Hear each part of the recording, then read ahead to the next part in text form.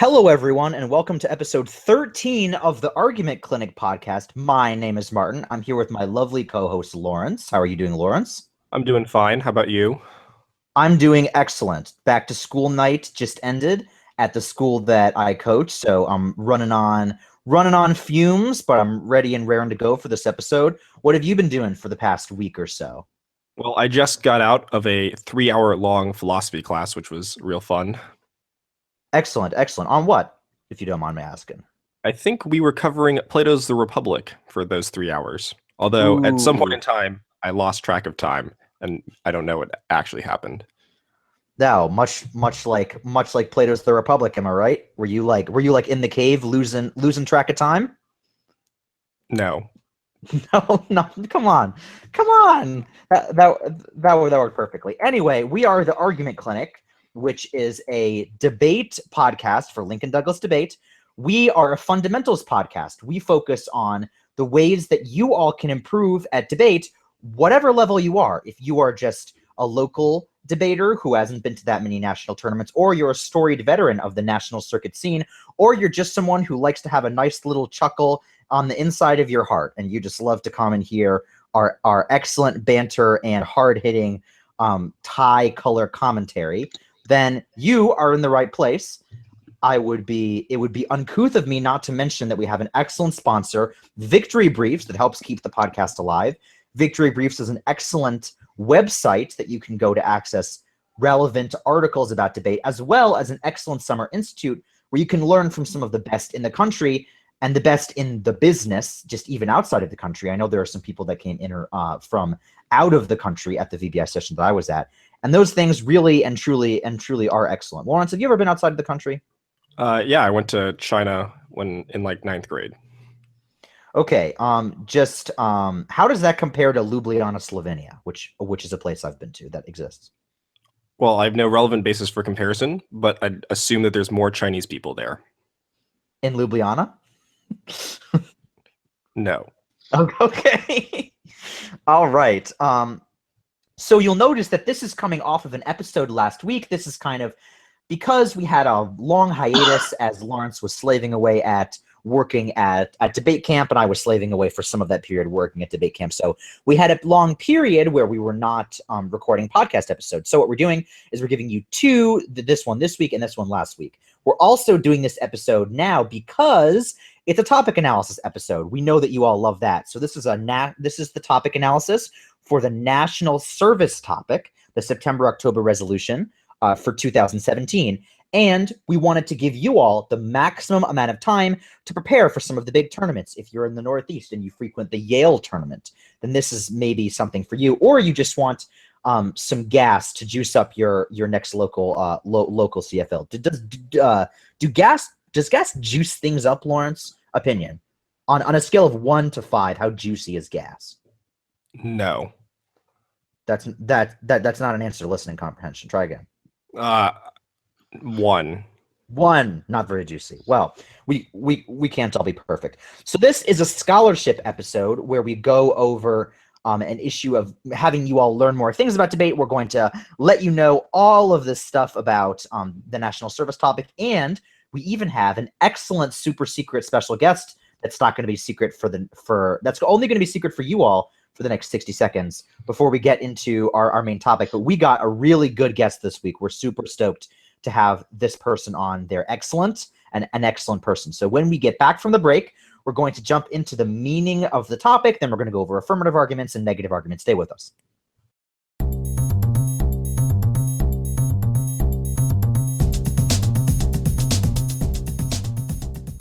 All right, everyone, let's welcome our super secret guest that you saw on the thumbnail as you're listening to this.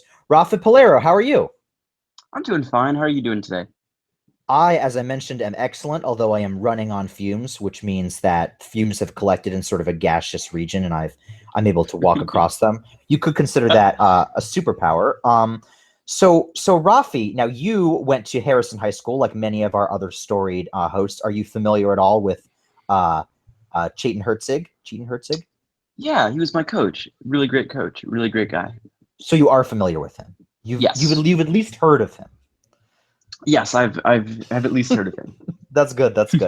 And we had Catherine on the podcast as well. I gather that you, of course, know Catherine. Yeah, I know Catherine. Yeah, an understatement. Um, so Raffi was a really excellent debater from last year. Did super well at most of the tournaments. Did you have the most? You were ranked number one in the country in terms of like overall cumulative year performance, right? So I was tied for bid leader with one other person. Yes. You were tied. That's Yeah. legitimately news to me. Who else? Jonas Levaralik. Oh, Jonas got it. Oh man. All right. Shout out to Jonas. Okay. did not realize. Okay. Nice. Lawrence, did you know that? You probably knew that for sure. I'm just like months late on this. Wait, what did I know about? Did you know that Jonas and Raffi were tied for bids this year? Oh, yeah. Oh man. Okay. Well, long story short, those of you who are listening to this and have no idea what's going on, same thing. I apparently also have no idea what's going on. So, okay. Well, you were tied. That's still number one. Tied for number one is still pretty awesome. So we're Thank really you. stoked. We're really stoked to have you on. You've done a lot of reading on this resolution, right? Yes, I have. I gather that you are a coach as well as a former competitor. Yes. Excellent. So we got Raffi on. He's the best of the best, and he has a lot of excellent knowledge to drop on you all. Okay, let's get into the topic. So, as we do always on our topic analysis episodes, I'm going to let you all know what the topic is. I'll say it slowly, so if you don't already know, you can sort of sediment it in your mind so that it's nice there. Then we're going to go through each of the words in the resolution just to talk about them, and we'll sort of talk about the various nuances and how you all should think about that and the sort of questions you should be asking going forward.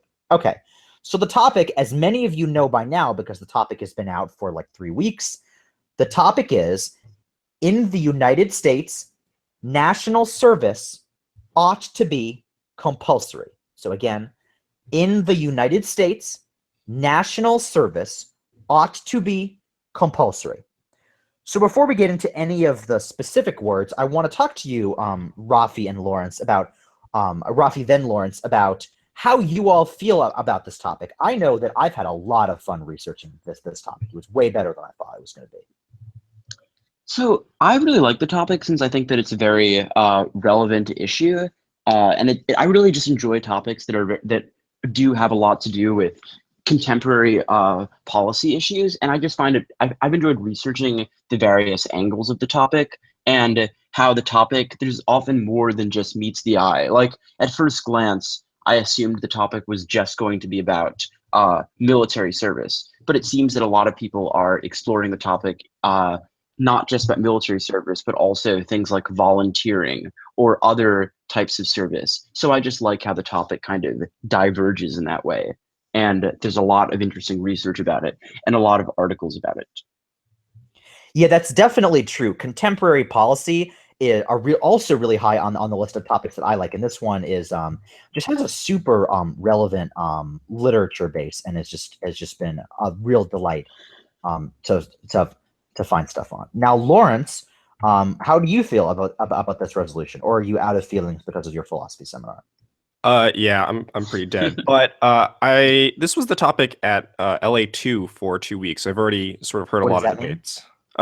So the last camp session we had was at UCLA for VBI, and the topic that we were debating during that camp session was this national service topic. So I already have heard a lot of debates about this. So you all got a head start. Yes. Because we've had like no debates, my school at least. Oh, yeah. I've already judged like a bunch of debates on this topic. Because our school starts like while that camp is going on. So can't. Yeah, I understand that that's pretty common. I mean, for me, like my school, so camp ended on a Friday, and then that Monday is when classes started for me. Yeah, rough beats. And then we like recorded a podcast kind of instantly. So you got Lawrence at his most keen. So okay. So I think we all like the topic. Wait, Lawrence, is that actually what you said, or you were just like, I've seen it a lot? Yeah, no, I like this topic. I mean, I didn't You enjoy like it, every okay. debate that I judged on the topic, but I do enjoy the topic overall. That would be nuts if you judged like 10 debates. You're like, I loved all of them. Like that would be a weird Twilight Zone sort of experience. Okay, let's get into the meanings of the topic. Let's go phrase by phrase in the order that they're presented. So, first phrase, in the United States. Obviously, you all would not have to read a definition of any of these words, but it is something that, when resolutions have in the United States in them, I find it useful to talk about how the United States might be different from some other experiences. So I know that a bunch of different countries have compulsory national service. They do, right? It's not just the United States. Do you all know sort of when we drafted people in the United States? I guess I guess I can ask Lawrence that question first. Was it the Civil War was the first time, or was it earlier? It's actually a good question. I don't know. My research that I did on the draft was mostly recent, so I know about selective service and when the draft ended and stuff. But we'll, I think, talk about more about that in the national service section. Mm-hmm. Raffi, do you just happen to randomly know, what was when was the first time we drafted people? I mean, I don't happen to know. I think believe it was the Civil War. Yeah, I believe you're right about the Civil War, but I'm not positive.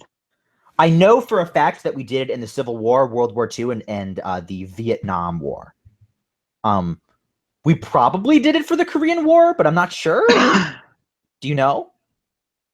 For the Korean War? Yeah, I don't know. I mean, I mean, I don't think any debate on this topic will hinge on whether or not we drafted people during the Korean War. But I was just thinking. I know that, for example, there used to be a lot of really kind of intense punishments that draft dodgers and stuff would get. In the Civil War days, they would brand you and stuff. Just old school justice, 1862 justice. So I know that yeah, I think the South had a draft. Maybe the North also had a draft. That would make sense. Well, in any way, so the United States does have a history of compulsory national service, at least. So the most famous one is of course Vietnam, and I believe, correct me if I'm wrong, Lawrence, but the draft ended in the middle of Vietnam, and I read that happened because Nixon wanted to try and take the wind out of anti-war protests. Yep, and precisely. Yeah, and I even mentioned that in the topic analysis I wrote for victory briefs. Oh man, I'm so smart. I just haven't read it. I absorbed it telepathically. Me and Lawrence are on the same telepathic wavelength. Lawrence is in fact saying yes, we are to me telepathically right now, so he agrees. Confirms it.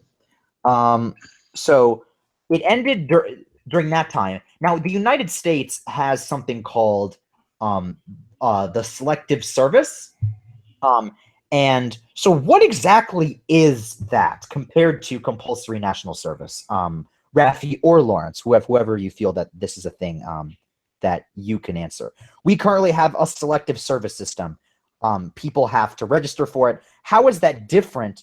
This is just an actual fact. Like I am registered under selective service, like most people. What is that? I've heard that that's the draft, but obviously isn't. So, the distinction being that in the context of the topic, that would be something you're required to take part in, whereas selective service is merely the process of registering, but is not the process of having to carry out duties on the basis of that registration. The topic is mandating that people are forced to be part of national service, whereas selective service is not mandatory to the same extent.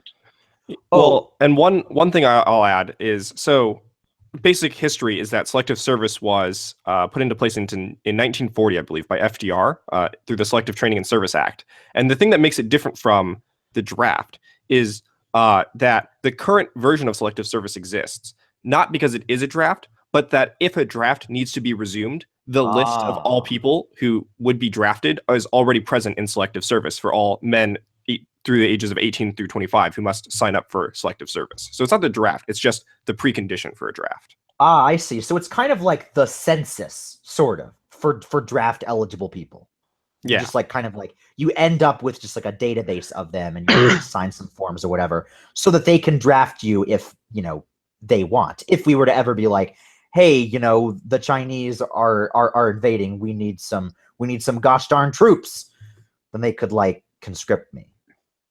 Like if they passed a thing in Congress, like currently the draft doesn't exist, but if a draft did exist, selective service would kind of it's just the surveillance program that is required for that.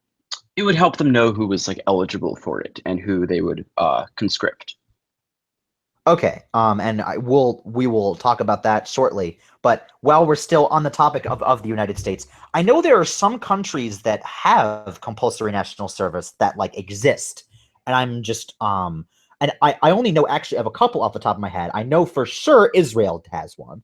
In fact, I've met a few of them, and I know that South Korea has it. Yep. And I'm sure various authoritarian regimes do, but I actually don't know. Like, does North Korea have a draft? Do we know that? Is that a thing? I have no idea. Yeah. Yeah, I don't know either. That actually is a very strange question. I wonder if like Syria drafts people. Okay, well, completely irrelevant to the topic of conversation, but other than Israel and South Korea, do you have any like sort of contemporary examples of when compulsory national service is being done in other countries around the world, or has been done until relatively recently? I think like Switzerland has a military draft. Everyone's forced to serve in the military there. And a couple Scandinavian countries, right? Like I know like Finland at one point like had one. Yeah. So but I don't know. I don't know all. Whatever. Yeah, I don't know most of the countries that have it. As it turns out, it's not particularly relevant to the issue of service in the United States. Wait, so like on the guns topic though, I remember people arguing that like in some Scandinavian countries there were like they like had less problems with like gun ownership, so we should like teach the Scandinavian model, and like part of that had to do with like their military training. So maybe like some of those people have it. Okay, so important thing that you have to realize: resolution says in the United States. That doesn't mean, of course, that arguments outside of the United States can't count as evidence. If you have stuff that compulsory national service like has been really good in modern society, for example, Israel, that is a real argument. But keep in mind that evidence that's about the United States is, of course, better, and important to realize kind of the context of this stuff. Okay, so let's move on to the next important words in the resolution. So the resolution is, in the United States, national service ought to be compulsory. So let's talk about national service. Or actually, instead, why don't we get ought out of the way? So we've had ought in almost all of the resolutions that we've had for the past long time. Ought, commonly defined as a moral obligation, something desirable, something we should do. The resolution is asking a slightly moral question about what we should do. I will not really bore you too much with that. I will say that if you're into value debate, that ought is ought being related to morality or moral obligation certainly can hint at some appropriate values for this resolution. Although for some cases on this resolution, I think you could have a value of justice, not that we'll really go into that. Okay, so big words in the resolution: national service. Now, we've talked a bunch about this already, Lawrence. I kind of wanted to go back to something that you said earlier. So you said that national service could mean not military service. Like it could be non-military, the thing that you do for national service. Now, I've looked up a bunch of definitions on this, and I found like about the same number that say that it has to be military as some that says that it doesn't. But you do think that it's viable to not just talk about military service, right? Not only do I think it's sort of viable, I think it's sort of encouraged, because I think if the framers or the people who wrote the topic were like, debate the draft, they would just say, in the United States, the draft ought to be reinstated or something like that. But I think they chose the term national service specifically so we could debate about various forms of national service, which aren't just the military. And I think like there's a wide range of arguments out there that are very interesting and unique that, don't shoehorn the affirmative into just defending the military. So what you're saying is, if I was just, and Raffi, correct me if I'm wrong on this. So if I was debating this topic and I was just having a very normal debate at a local tournament, and I started talking about national service, I just defend the resolution. Obviously, I'm defending the resolution. Could I have a contention that is about military stuff and a contention about non-military stuff? I could have one contention about why it might be important for reducing warfare, and then another contention about why picking up trash is good. I could have both of those things. So I believe so, yes. I think that there's definitely a lot of differing definitions about whether national service is purely military or not. But I think just honestly, the topic would be kind of boring and it would only have one possible affirmative if it were limited solely to a military draft. There's only so much innovation and argumentation that could occur if it were limited just to military. And I agree that if it were intended to be just military, that would have been much more explicit in the resolution. That national service does seem to have a connotation of things in addition to military that it should be encouraged to be explored as part of the topic, either as affirmative or negative arguments. Yeah, and just piggybacking off of something that you said, it would be kind of dull, right, to have the same sort of war readiness debate every time.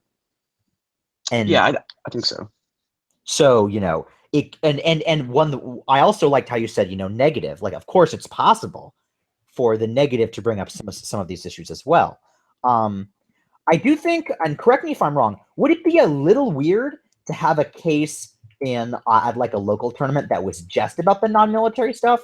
Because there is at least some definition controversy about this, right? At least some definition of controversy about whether those things are true. So do you think maybe it's unwise? I don't know. Maybe it's unwise to read stuff that is just about charity work. So I think it does make sense to kind of not put all of your eggs in one basket unless you're very confident that your definition is just much better than anything out there that would contradict it. But given that it seems to be kind of down the middle in terms of whether national service is military or is not military, I think the wiser move would be to have affirmative arguments that are both about national service in a non-military sense and also in a military sense. 100% agree.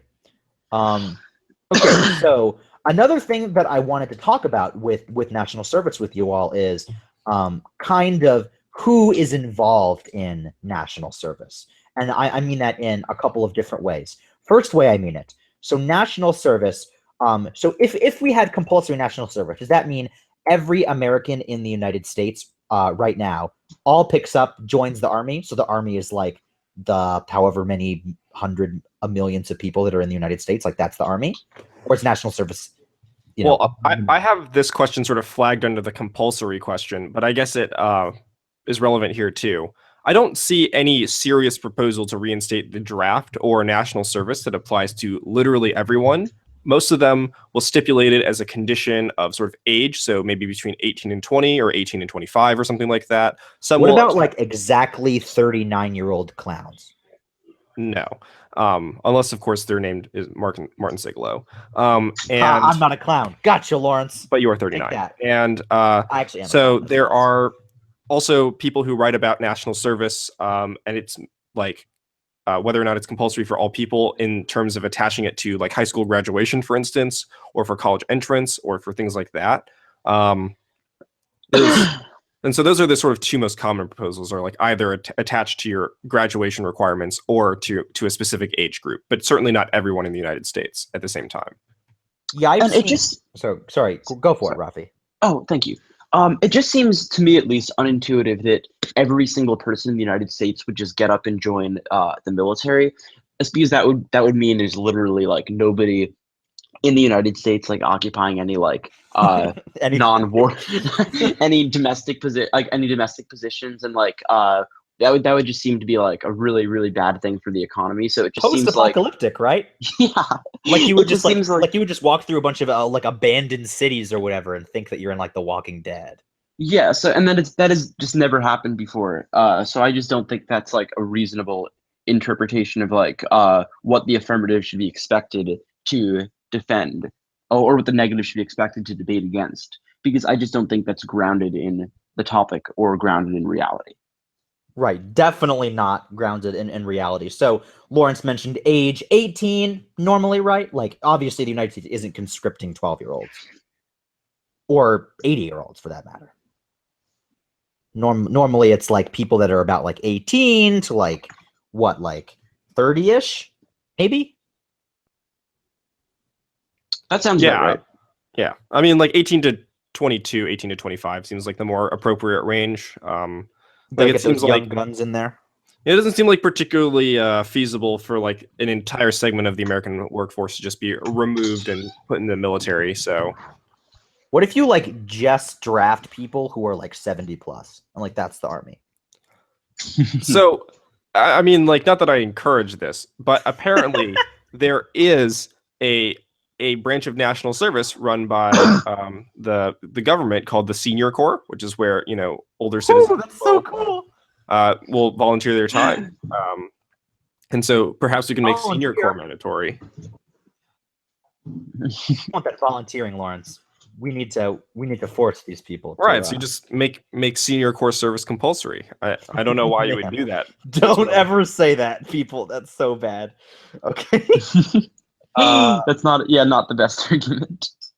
All right. So this is national service, and of course, part of the. Oh, by the way, very quick note: if you find people using national service in the context of the UK, the United Kingdom, keep in mind national service means something different there. They have the National Health Service. Like they have a thing that's specifically called the National Service. So don't be confused by British evidence.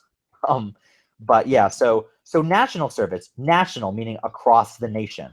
So that means that like the affirmative can't just talk about like only drafting, cannot talk about only drafting people in Louisiana, for example. It has to be national service. Am I right, Lawrence? Yeah, and the other reason you want to ignore British definitions, not only because they're British, but because national service in Britain actually does refer to the specific program of joining the armed forces at the age of 18, whereas national service in America does typically refer to other things like AmeriCorps and Peace Corps and other things like that are not military. Why don't we talk about those right now? So just for the listeners at home, Raffi or Lawrence, but let's say Raffi, can you just describe to me what AmeriCorps and the Peace Corps are? I have some friends I know in the Peace Corps, but I'm just wondering, like, just for the listeners, like, what is it? What is AmeriCorps? What are Peace Corps? Are those national service? What's up with that? So based on my reading, it seems these are like organizations that prioritize like some type of like civic engagement and volunteer work where people donate their time to like either help people abroad or help with issues in the United States, such as like homelessness, poverty, various diseases, etc., and involve like extensive amounts of volunteer work to help other people. Okay, and so how is that different from the Peace Corps? I think that AmeriCorps is in America. Is that right? Yeah. Okay. And then the Peace Corps goes out of America and does service there. My friend who's in the Peace Corps is in like I think like Paraguay or something. She like posts some stuff about various cats that she meets there. So doing good work. And so it's kind of like intense community service work, right? Yeah, I mean, like Peace Corps was like, was that the one that was founded after Kennedy gave his like "Ask Not What Your Country Can Do for You" speech? I think it was. I don't actually remember because like there's so many different corps that I kind of forget. Speech, right? Yeah. That speech was. Yeah. No. Okay. So it is. It says so. It was Executive Order 10924, which established the Peace Corps as a new agency within the Department of Peace. Within the Department of. So this is this is a government agency, right? Yeah. So it's in the Department of State. Isn't like a private humanitarian thing like the Red Cross or whatever. This is a U.S. government ordained thing. Yeah. Well, that's what makes it national service in the sense that it's service to our country as opposed to just like working for some private volunteer firm or something like that. Oh, okay. So that's actually a really good point, and I kind of Rafi wanted to ask your opinion on the same thing. So national service, to be national service, you're allowed to do charity work, but it does have to be through a government agency, right? It's not just like the United States can't be like, hey, I'd like you all to do something, find your favorite charity, work for them for 2 years. Like the government isn't doing that. So I think it has to be through a national program. Just like I think it makes the most sense linguistically when the topic says like national service. I think that implies there's something that's kind of unifying it and organizing it. I just also think that if it wasn't through the government, that would just lead to a theoretically limitless number of possible affirmative arguments. So, for example, that could just be the government should force you to volunteer with your neighbor, should force you to volunteer at the local animal shelter, etc., which would just allow for far too many possible affirmative arguments for the negative to like adequately prepare for those debates. Well, one thing to keep in mind, though, is that sort of the current thing that governs all sort of forms of national service, which is the Corporation for National Community Service, which was signed into law in 1993, I think. It oversees the sort of programs like AmeriCorps, the National Civilian Community Corps, and Volunteers in Service to America, and all these other popular national service programs. But it also like does things like coordinate with Teach for America and Habitat for Humanity. And it seems like a lot of people consider working for Habitat for Humanity, for instance, to be a form of national service, especially since it's sort of run alongside the CNCS. And so it does sort of, blur the line between, is it national service because it's entirely run by the government, or can it count as national service even if it's only partly, funded by the government? Huh. Very interesting question. So it's not. So is it that it's not just AmeriCorps, or is it that it is part of AmeriCorps? Like are those external organizations not under AmeriCorps? They're just kind of like buddies with it. Well, so Habitat for Humanity is just supported by the CNCS, but it is not an AmeriCorps thing. No. Huh. That is an interesting question. Right. And so that does sort of raise this concern that Raffi just brought up, which is like there are literally over 3,000 programs that the CNCS currently supports in one way or another through like, organization or funding or just like tax breaks or something like that. And like if the affirmative were allowed to just choose any number of these, that would sort of make this debate kind of ridiculous because there'd be so many different organizations that the affirmative could talk about.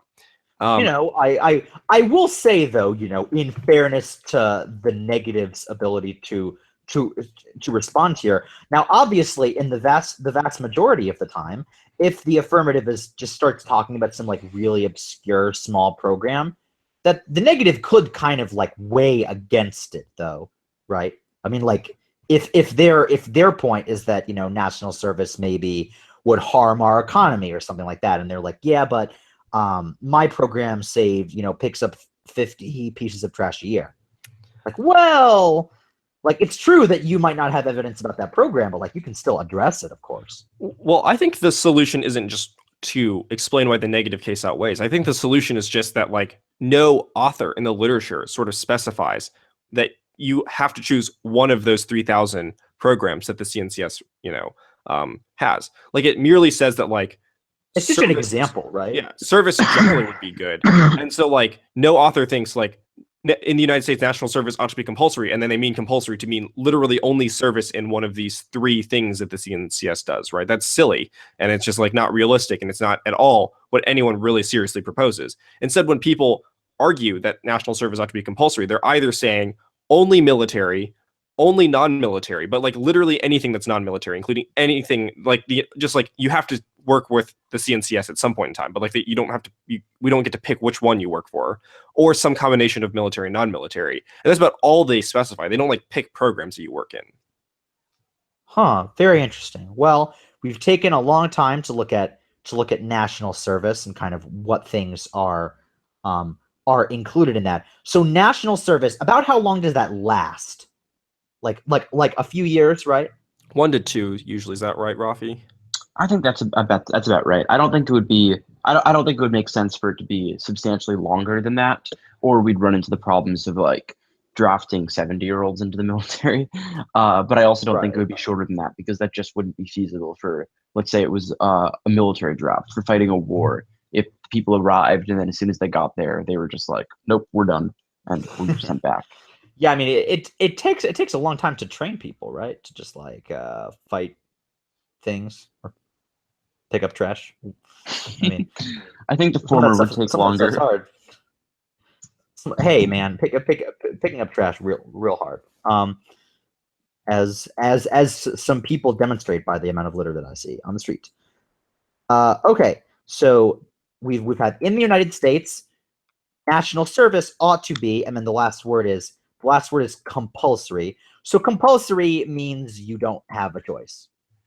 Right? Well, I mean, you do, but the alternative is like jail time or a huge fine. So Okay, so really, it's compulsory in the same way as not murdering people is compulsory, right? yeah, or like going to school is compulsory, right? Like you could choose to drop out of high school, but you would, be breaking the law if you did it. Right, and if you murder someone, you would be breaking the law. Yeah, and risk jail time or a fine. Hopefully not just a fine. So Yeah, that's one thing. before Raffi. Oh, sorry. That's one thing that I found interesting, actually, about what the punishment would be for violating this compulsory national service. Like, would it be a fine? Would it be jail time? I think it's an interesting, most likely underexplored part of the topic. In Vietnam, those people were called conscientious objectors, right? Well, I think the type of people we're talking about is not just the conscientious objectors, but also just straight all up the draft dodgers, right? just like all the Dodgers, right? Yeah, I assume some terrible sports joke is about to be made in the next couple of seconds, but I was No. about to say the Los Angeles Dodgers, but I bit my tongue. Oh man, well, Raffi knows his audience because I definitely was not going to say that. Although, hey, aren't they like doing really well? Aren't they like a good baseball team that wins a lot? Yeah, they're by far the best team in the MLB right now. They have like 92 wins going into September. It's crazy. And MLB is Major League Baseball. Am I right? Sure is. Okay, well, that's good because I was like 60% sure that was right, but like that's anyways, yes. So this, welcome back to this week's Martin Does Not Know Sports podcast. So yeah, so people dodge the draft, and they dodge it all sorts of ways. Some of them went to Canada, although they eventually came back. Most of them. So some of them went to Canada. Some of them said, "I'm a pacifist." Some of them said, "I'm a Quaker." And some of them faked being a pacifist or a Quaker. And then, but I think a lot of people just kind of grumbled and did it, right? I think most people, yeah. Yeah, man. Hey, Lawrence, if you were drafted, what would you do? I don't know. Perhaps I could give myself a sort of medical condition that would prevent me from effectively serving. I also think I'd be entirely useless as a... Just give yourself diabetes? Yeah, or just like chop off my leg or something, Something slower than diabetes will give you the same result, but you will have the benefit of getting to eat terrible food. So. Yeah, fair enough. I don't think I could survive in the military. Oh man, I am, shall we say, not suited for the military. I would probably go as long as it didn't make me do that many push-ups. I would probably end up doing like cyber stuff, maybe. Would you, Lawrence? No. Again, I just chop off my leg. Okay. Different question for Raffi. If you had to draft one of us, which one would you draft? Easy question. That's actually not as easy. Oh man, it's easy. I'm so out of shape. Gotta draft Lawrence. He'll be able to give you the push-ups the American military needs. I don't know. I guess it would depend on what role in the military. I'm not sure. Yeah, I'm not sure. Grunt soldier, private, cannon fodder. Okay. You heard it here first. Raffi isn't quite sure who he would draft.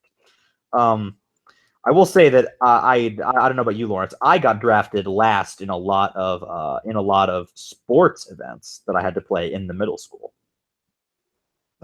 I was forced into compulsory service at a later date than the other kids that were picked first. All right. Well, resounding silence on that one, which proves that's how you know that a joke's really good. So so okay, it's compulsory, so we can assign you a consequence if you decide not to do it, but it is like a law that you got to do it. Okay, so I think that's those are all the words in the resolution. In the United States, national service ought to be compulsory. Do you all have anything about the meaning of the resolution that you'd like to talk about before we move on to the arguments? Not really. I think I'm good. How about you, Raffi? What are your feelings about the resolution? What things do you feel? I wish that it were a little bit more, a little less on the fence about whether or not non-military activities were included, but I thoroughly enjoy the topic. Yeah, cool. It's cool. All right. So when we come back shortly, we will talk about affirmative arguments and how to answer them.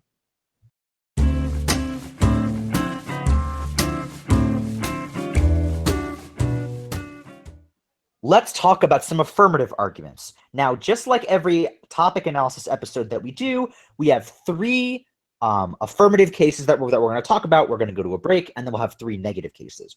When we talk about affirmative cases, we're going to present the argument to you as you understand it, and then we're going to talk about arguments against the resolution.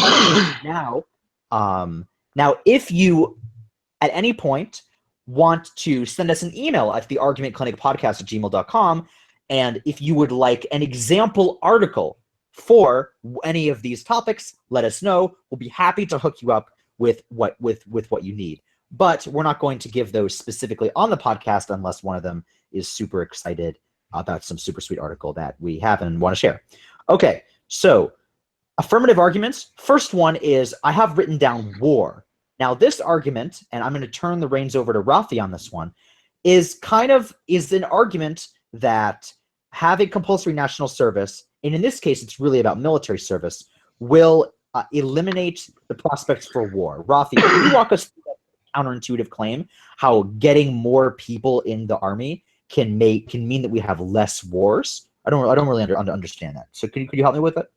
Yeah, so I think the main argument is just that if going to war is that big of an ordeal, like every person is drafted for it, policymakers are going to be dissuaded from actually creating those same wars. So like people in Congress, the president, etc., if they know their own children will be sent to war, if they know that it's like much more personal than just a few people who volunteer to go to war, they're going to be less likely to declare it because they have skin in the game and they will be adversely affected by it. So because people are like inherently self-interested, if they know that others around them will have to go to war, they're going to be less likely to encourage the war to be started. Okay, yeah, excellent. Definitely a good point. So one thing that you really focused on there in your answer was kind of like, if the children of the people in Congress have to go to war, then you would be much less likely to send people to war. That's true, of course. Now, my understanding was that this argument was also a kind of a broad claim, in addition to what you just said, was that there is something connected to protests, as in, like, if, I mean, hey, Lawrence, maybe you can explain the protest angle of this to me. Let's assume that the children of Congress people do not have to be drafted. But I think that a lot of people still think that if you implemented compulsory national service, that would be bad, or sorry, that would still reduce the likelihood of war. Yeah. So did you get a sense of why people think that? Yeah. So the protests sort of angle is simply just like a restatement of kind of what happened during Vietnam. It's just like when everyone was drafted, people were like, "Oh shoot, I don't want to go serve and /die/kill people. That sort of sucks." And so there are, massive protests in the street that were like, which turned public opinion against the war. And as anyone knows, it's not very easy to carry out a war when there's just tons of people rooting against it. It tends to get people voted out of office. And so people who are in office will start listening to these protests, and as public opinion sort of changes, as more and more people are drafted, and as more and more people are, suddenly have to care about whether or not we're going to war, then more protests will occur, and that's more likely to cause the war to just end early because they don't want to be in part of that war. And as you mentioned earlier, Nixon sort of thought that this was the appropriate strategy for dealing with protests, which was that at the time there was a draft, and so there's a huge amount of protests against the war, and so Nixon ended the draft and sort of hoped that that would alleviate pressure from the protests, because now all of the young people who were protesting, well, they wouldn't have to go serve in the war anymore because they didn't volunteer to go serve, and so they'd stop protesting. And this seems to have Go for it. This seems to have a basis, like empirically as well. So there have been far greater protests over wars such as Vietnam that had drafts, as opposed to more contemporary wars like the war in Iraq or the war in Afghanistan that did not have a draft. So it seems that when there is a draft, there is much more of a public outcry to end the war, because once again, people have skin in the game, and it's much more close to them and much more immediate when they know they could be drafted. So people are more likely to protest then, and there will be more public pressure on politicians to end the war. Some excellent descriptions of this argument. I think that those are really comprehensive. Couple questions. One, where does the phrase, I've heard this a lot, where does the phrase skin in the game come from? Like, it's kind of a weird phrase, right? That's like, is it like you have, like you can see the skin, you're like unprotected, we're playing basketball or something, you're gonna get hit, or you're afraid or something, or like you aren't wearing knee pads when you're playing football? Like, what's the deal? I assume you prepared extensively for this, Raffi. Come on, this is why we wanted you on. Come on, is your intimate knowledge of the etymology of American slang? Oh, I just looked it up. Actually, it was coined by Warren Buffett. Ooh, Warren Buffett. That is a name that brings me no emotions whatsoever. Although I know sort of theoretically who he is. Wait, so like he was like a finance guy, right? And then he just like made $1 billion and then started saying some things about politics. Yeah, Berkshire. He has Berkshire Hathaway, which is so he coined the phrase "skin in the game," which is when quote, high-ranking insiders use their own money to buy stock in the company they're running. Ah, okay. And the idea is that that's good because they have a vested interest in the success of their company. Yes, exactly. Ah, nice. So company fails, they fail. America fails, we fail. Okay. So so I want to talk a little bit about the impact of this. So war. What kind of wars are we talking here? So like I know that like the Vietnam War was a very different war than the Civil War, which was a very different war than World War II. If we were taking this argument in the contemporary sphere, what would it mean? If we were to implement national service in the United States today, if we had a draft today, what military things do you all think would maybe stop? I mean, I know we still have some lingering commitments in some other countries. Raffi, what do you think would happen if we were to do it today with respect to this contention argument? So I think certainly then we would be incentivized to completely withdraw all forces from Afghanistan and whichever forces are still remaining in Iraq, even though those are like advisors or whatnot. And I think it would certainly dissuade politicians from starting another war. Like if tensions between the U.S. and Russia or U.S. and China continue to escalate, I think this argument would demonstrate North Korea. Yeah, or North Korea, yeah. A disincentive for us to escalate those further. And by escalate, you know, I think that's a word that we all sort of understand on an intuitive level. But the idea is like countries are mad at other countries, and they're less likely to take things to the next level with respect to hostility. Yes, they're either in terms they of will words not or like actions. have a full-scale invasion. Yeah. Okay, so we would definitely get out of the Middle East for sure. What do you think about? Do you think this would have any effect on like maybe any bases that we have, or am I as Samuel Asbell would say, out of my tree? with respect to that No, comment. I think that's a fair point that that it might affect our bases abroad if people would have to literally fly out and go to bases and like leave their family. They'd be incentivized to like protest against that and argue that's like a bad model for how we should interact with other countries worldwide.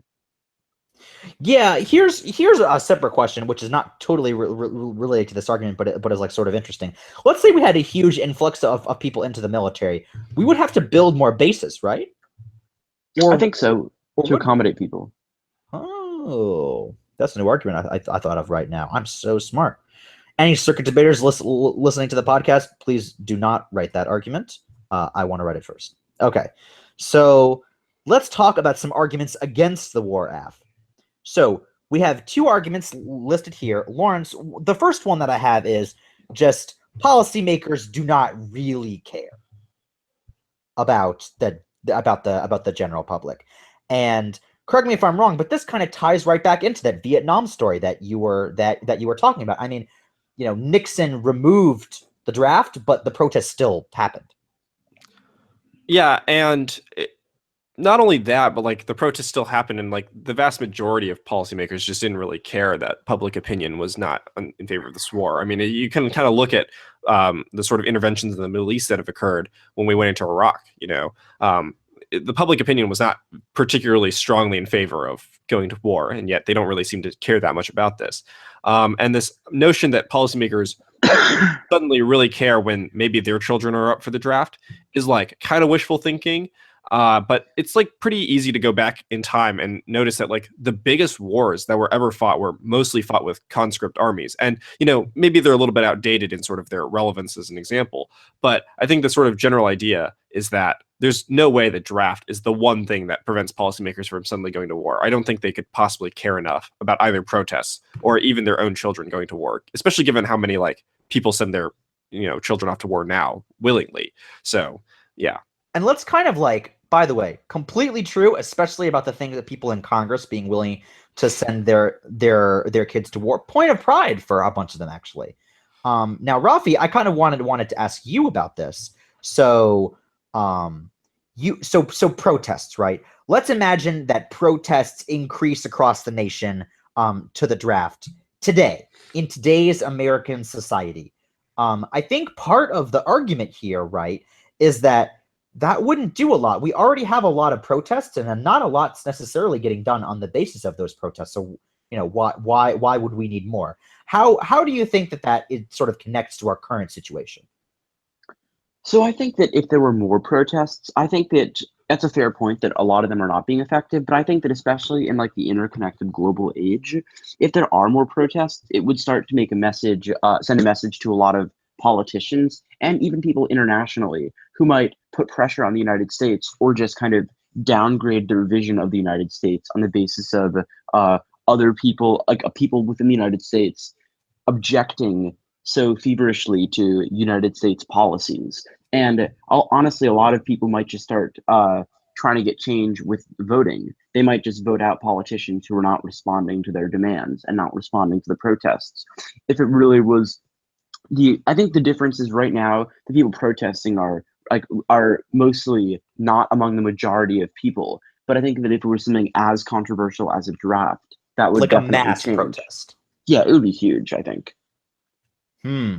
Okay. I know, by the way, that, and this is still part of the first argument. By the way, one of the reasons why I love this affirmative argument, not saying that it's true, but I really love the sort of debate that happens around it, is that there are a staggering number of studies, boys. There are a staggering number of studies that are about exactly this question. This is a thing people have really tested. The conscription's effects on war and involvement. So, of course, as a component of this first argument, keep in mind that there really are just studies. There really are just like negative studies that say that, in fact, the opposite is the case, that we are not more likely to go to war. So I know, we are not less likely to go to war if we have a draft. Oh, really quick, irrelevant thing before we get to the second point. Raffi's bracing himself there. So Have any of you had the problem when you're searching stuff on this topic and you type like you're stupid and you type like the draft, and then you just get like infinite articles that are about like this draft paper on the economy or something, and you're like, no, not that draft.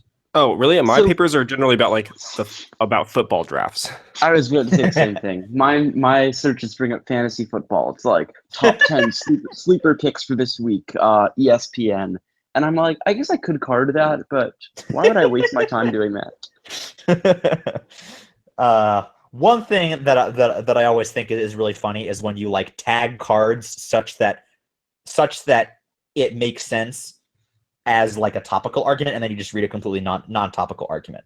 So you'd be like, the draft empirically causes backlash, and you read a card about how like some fan is mad that some guy got drafted over someone else. You should not do this, kids, unless you really want to have a good time. And if you do ever do this, please send an email to the Argument Clinic podcast at gmail.com, and we will give you the longest, most in-depth shout out of your professional careers. Okay.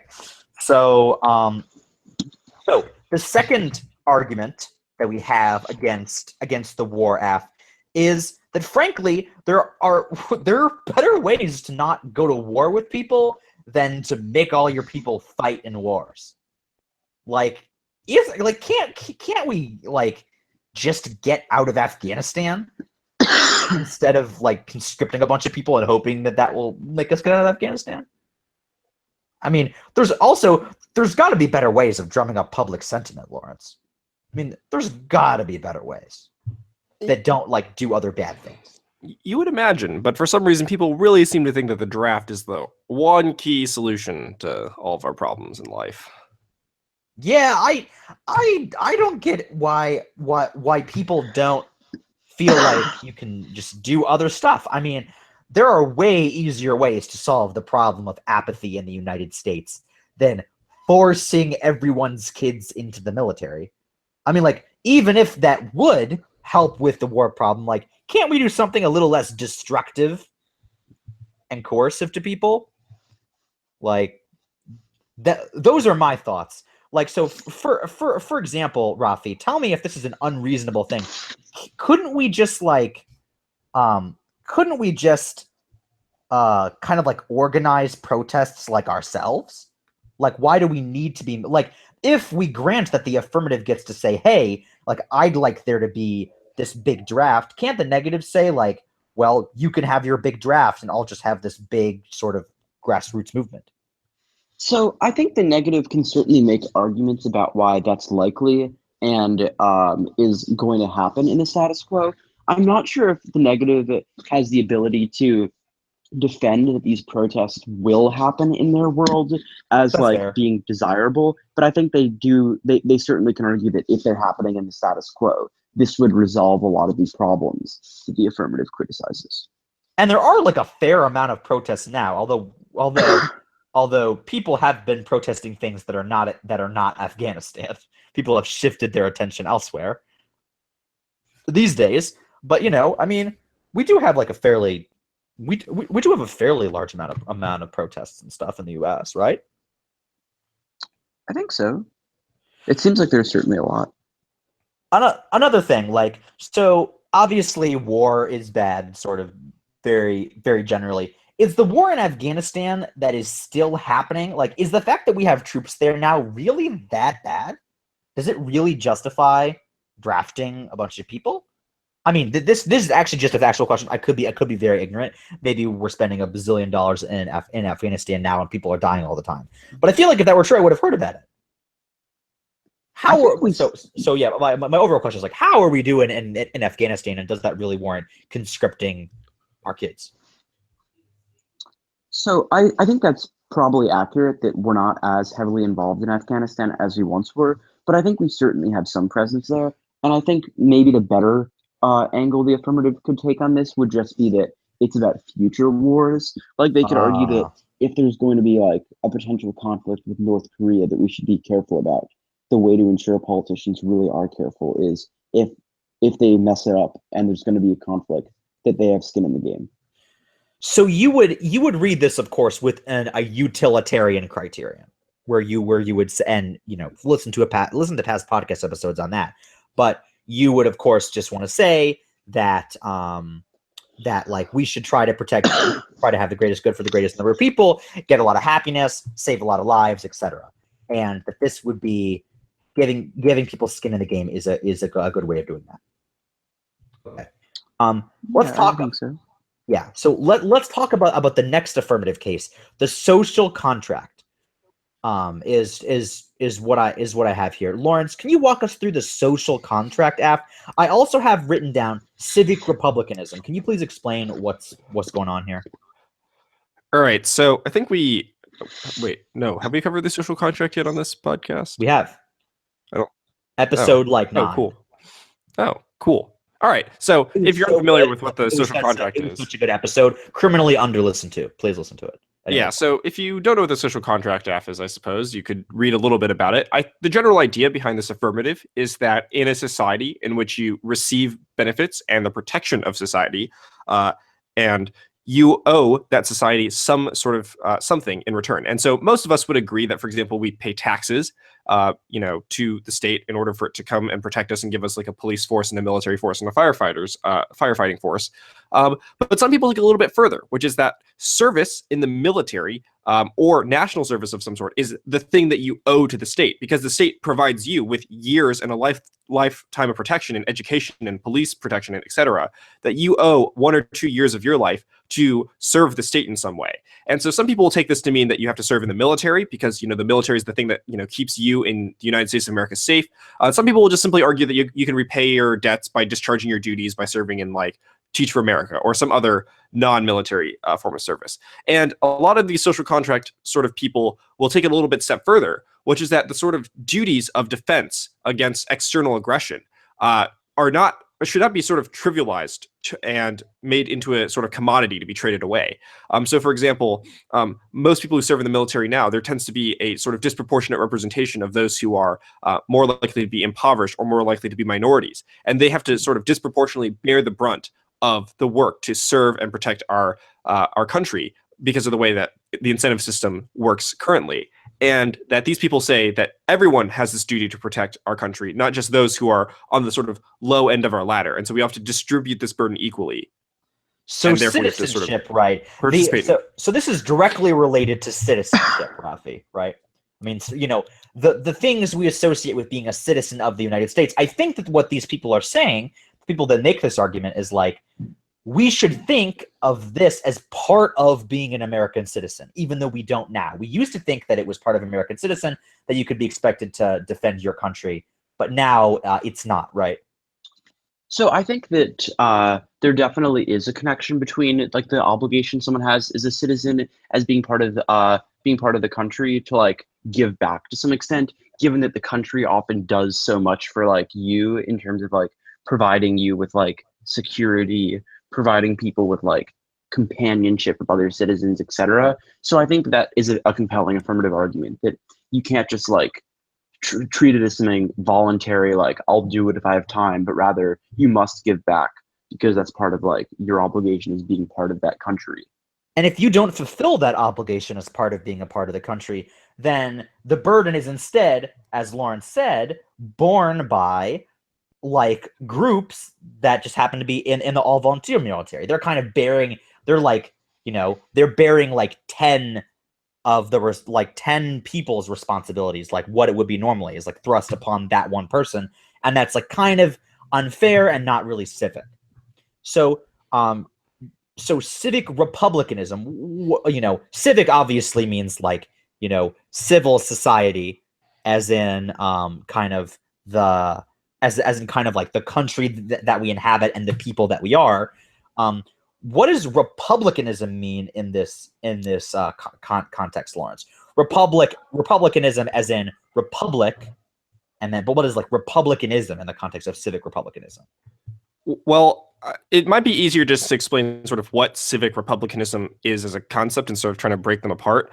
And this is an argument that was really popular at camp. And it's an idea forwarded by this philosopher named Philip Pettit, who argues that sort of self-rule demands a great deal from its citizens, and that sort of to be a citizen in a in a sort of republic, which is, like representation of the people, that citizens aren't just sort of passive beings that are protected by this society, but rather that they are sort of active contributors to a social and political life. And so as a result, it demands a great deal of service from these citizens. And that's why the sort of more complex philosophy of civic republicanism would be an excellent justification for national service, because it specifically says, look, all citizens have to serve. Okay. To be clear, we don't really know what the word republicanism means there, but it is just the overall point that you have to be responsible to your society and things like that. And as you said, as a component of self-rule, meaning like democracy. Yeah. Okay. Does that mean non-democracies don't really have to conscript their people? I'm not sure if that's relevant, given that the United States is sort of a democratic society, or a republic, as a lot of people would like to point it out. Yeah, I don't really understand why people don't think it can be both. Like obviously we are democratic and a republic, or we are democratic and whatever. Not important. Okay, so let's talk about some arguments against this. First argument I have is that the social contract can't really force you to die. That's kind of unfair. Not a good bargain.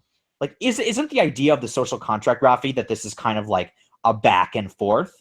And it would seem weird to be like, you have to die now for the benefits that we provided you. Yeah, that would seem to contradict a lot of the social contract, which is supposed to guarantee you security and safety. Saying you must die does not seem consistent with the idea that we'll keep you safe, because those two are, by definition, in tension with each other. Right, and I know that there's another thing, Lawrence, that we were talking about earlier. Maybe this is maybe not a good angle, but it is a different angle. Do you think like the government can force you to do stuff, right? It's just that they can't force you to die. They can, yeah. I mean, they can force you to do like jury duty, for instance. Yeah, for sure. But the thing is that, like, I think what this argument is highlighting is this couldn't really be a part of the social contract. It's just too extreme, right? It has to do with the severity of the harm. Yeah, and that would seem to be the sort of greatest criticism of this approach. The greatest criticism of this approach is that it takes, quote unquote, duty too far. Right. I mean, and that it can't really obligate you to die, or, to betray your sort of most fundamental moral beliefs. So, for example, a lot of us, I think, would have qualms with killing people, but this would make you do that. Except for Raffi. Raffi is just open season. Oh God, yes. So so the social contract obviously is not like written down.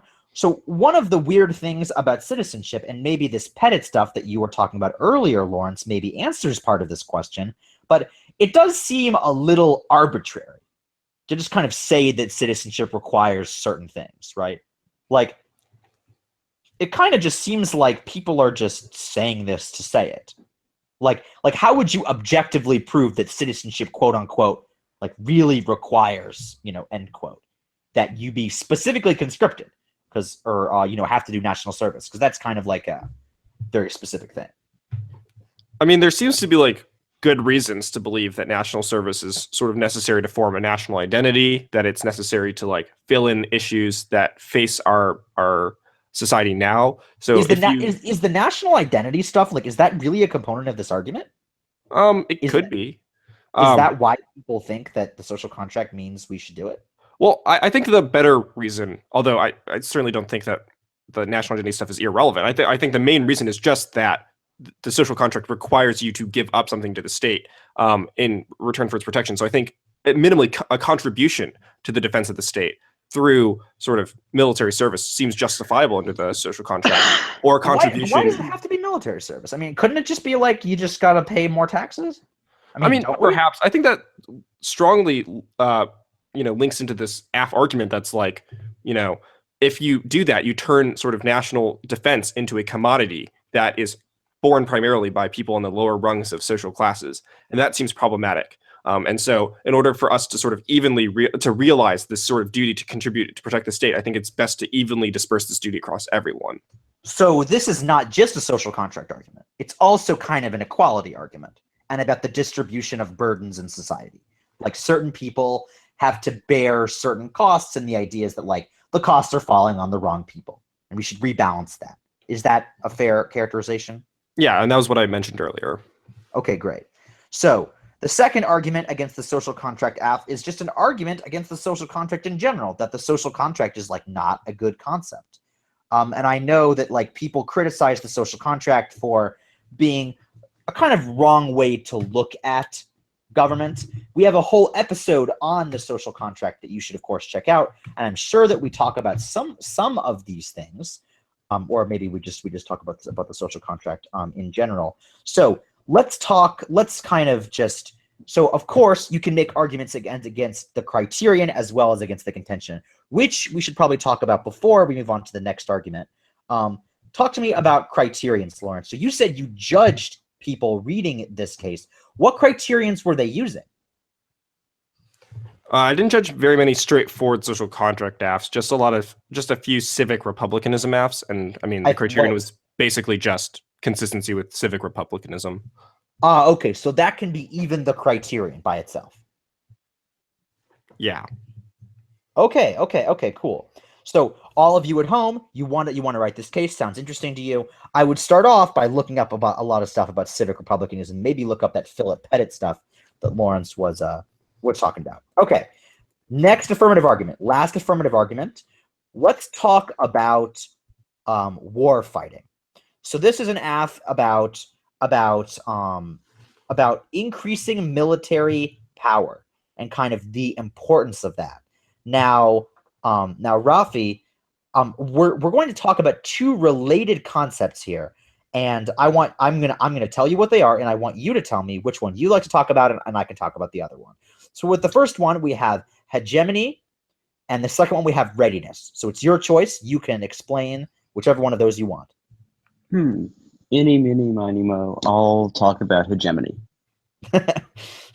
a great little song that you all should sing at home. I love hegemony. All right. Lead us away. Take us away. Okay. What is hegemony? So hegemony is basically the influence that in this context, the United States has compared to other countries, being seen as like a global superpower, being seen as a leader worldwide. So this is like the ability for the United States to exert control and be influential in other countries, both in terms of like quote unquote hard power, like the ability to exert military strength, and like quote unquote soft power, the ability to use diplomacy to persuade and affect other countries. So the idea of hegemony being good is that if the United States is not in that role as the world superpower, then a lot of bad things will happen in terms of other countries doing bad things and going rogue, or other countries filling in and taking over the role of superpower. Okay, and so correct, and so I'm going to lead you into something else about hegemony. So what you were kind of describing, a combination of hard power and soft power. We have American power across the world, and hegemony kind of is a general situation that we're in right now, right? We are the hegemon, and correct me if I'm wrong, this is a sort of a passive benefit to being a superpower. That's kind of what you're talking about. We have to like have a military, but this doesn't have to do with us actually going out and fighting wars yet. It's that wars don't start. Is that right? Yes, I think it's about the ability for the U.S. to control other countries and exert influence so wars don't happen. Okay, so this is kind of a general situation. Now I'm going to throw in maybe a term that we have that is very similar. So are you familiar, Raffi? Of course you are, with the term unipolarity? Yes. Yeah, so what is that, and how does that relate to hegemony? So correct me if I'm wrong, but isn't that the ability for the United States to, or other countries to, like a single country to influence other countries and exert their own kind of sphere of influence that other countries cannot have power over other countries, especially in the context of things such as like trade globally? Right. So it is kind of hegemony with respect to the number of countries. It's just kind of like a mathematical way of like thinking about it, right? You have unipolarity. pole, as in like North Pole, as in like thing that attracts other things. So we have a unipole right now. United States is the pole around which power coalesces. And correct me if I'm wrong, and this is true in many, many ways, but it appears that that what's it called? The Cold War was a bipolar era. Yeah, that definitely makes sense. And I think in the context of this particular topic, the argument about hegemony would kind of boil down to if we increase our military presence, we're kind of like flexing our muscles as a country and showing that we're really strong, can do a lot of things abroad. This would sort of like hinge on militarism being good, like defense budget spending being good, and increasing our presence worldwide. And so Raffi, now I know that you just graduated, but if you were debating about hegemony, would you like, and you made the argument about how we're like big and strong and we're flexing our muscles, would you flex your muscles in the debate? I would flex my muscles before, during, and after. Yes. That would be great. Oh man. Lawrence, how would you reassess speaker points on that basis? If someone's talking about hegemony and just constantly flexing. Like, can you go lower than 0? Lower than 0. Good answer. Okay, so good point, Raffi. I'm going to talk about a related point called readiness. So readiness is, of course, related to hegemony, but is a little more sort of, focused. Readiness is how prepared is the United States for a conflict, and that could be, for a conflict that usually hasn't started yet. How ready are we? And of course, people argue that having more troops would make us more ready for a conflict. If we are not in a conflict now, maybe a draft would make us ready. And, so this is, of course, related to hegemony, because hegemony is about the perception of our power, and readiness is like we are prepared to use that power. Obviously, that plays into hegemony because it looks like we're flexing, I guess. So we have readiness and hegemony. Both of them are connected. Readiness is about how prepared we would be to actually fight a conflict, and hegemony is about how other countries perceive how important we are and how powerful we are. And one of the things that Raffi said was that these two things are, of course, intimately related. So correct me if I'm wrong, Lawrence. The assumption here is kind of, or even the explicit argument, not even necessarily the assumption, is you take the United States' current armed forces that are not good enough currently, okay, and then you add a bunch of people to them, skilled or unskilled. And the idea is that will sort of lead to an increase in our warfighting powers. Either we become more ready because we have more troops. We can fight more people. Wars would be easier, and the other countries would like look at all of our troops, be like, don't want to mess with that, and let us run the trade world. Is that like about a good description of this point and like the assumptions it kind of makes? Yeah, I believe so. Yeah. Okay, great. So let's talk about some arguments against this. So the first one, me and Lawrence were having kind of a disagreement about this sort of away from the podcast. He's a big fan of this argument. I am not so much. So I'll let him talk about it. Lawrence, the first argument that we have against readiness is an argument about the average quality of our troops. Can you explain how it's possible that adding more soldiers to the army could make it less good? So there's a few reasons for why this might be the case. The first is that to get everyone into the military, you'd most likely have to sort of lower training standards across the board to get people into the military fast, which means that even people who would right now, if they were going to go through current levels of training, be good, would be subject to a sort of less strenuous, training program, and that would lower their quality. Number two is you would introduce a bunch of unmotivated and most likely untalented people into the military who lack the sort of either mental state or physical fitness to effectively serve, and mix those in with existing units, therefore decreasing their overall effectiveness.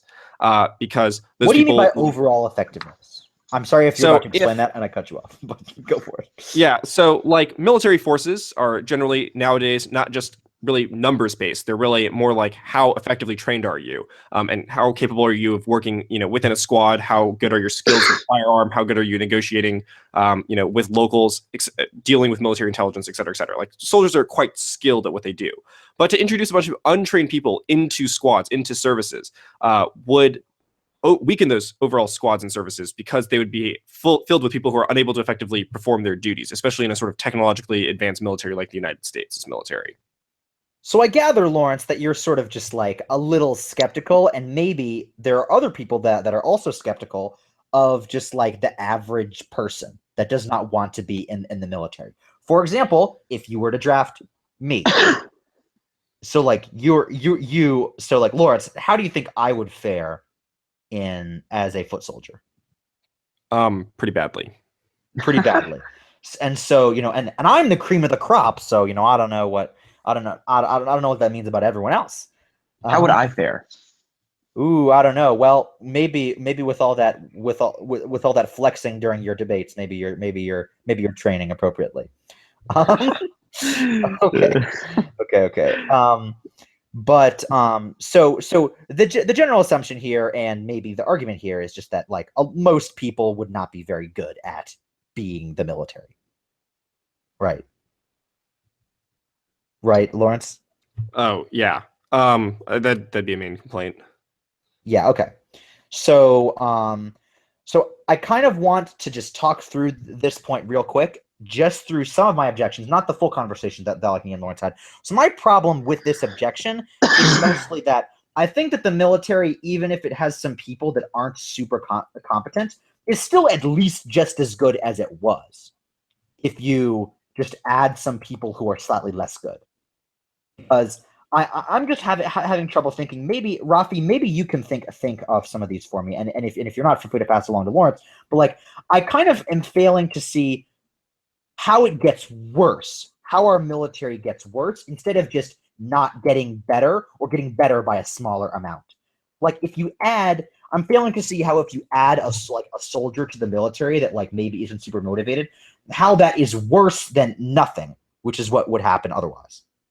Well, so two reasons. The first, and I'll make this quick because I don't really think this is worth talking about for that long, but the first is that sort of the overall quality of everyone goes down. As I mentioned earlier, it would reduce training standards and training periods for virtually everyone in the military, given the massive influx of soldiers that would occur. So I can't imagine that that would have welcome implications for the military. Number two is I think that in a world of a technologically advanced military like the United States is, where sort of every person has a unique role within the military, to substitute any of those individuals who currently are performing a high quality task or high quality job with someone who performs a much lower quality job due to worse in training and less in motivation and less physical fitness and less sort of competence, I think that does lower the overall quality of the military. Okay. Well, we'll have to agree to disagree on this one. I still think we would be completely fine. So the second thing, second argument against this warfighting thing, before we move on to negative arguments, is that the army is kind of good enough already. I mean, Raffi, isn't it true that our army is already the best in the world? So we certainly spend a lot of money on the army. That's true. There's some evidence that our army is like not as good as we think it is in terms of like training, and we might just be throwing money and not getting much of a result. But we certainly have a very substantial army, and one that we spend a lot of money on. Yes. I mean, it's certainly worked for us so far, right? Yeah, that's fair. Another thing also is kind of just like, do we really need more soldiers? Is that really the problem? Like I don't see like any conflict that we fought in a long time being decided by troop quantity. Like it seems that like our technological military superiority is really the thing that helps us. And it seems that this resolution kind of doesn't affect that at all, Raffi. No, that's fair. That like there are other factors that may be more influential in terms of affecting the military. I think that debaters could just argue this would be a substantial factor. Yeah, but like my question is like, is it? Just like I mean, I think anything as big as a draft would certainly have some unforeseen side effects, in my opinion. Yeah. Yeah, but I'm wondering if it even has any foreseen effects. Okay, well, those are the affirmative arguments. After we get back, we'll move to some negative arguments.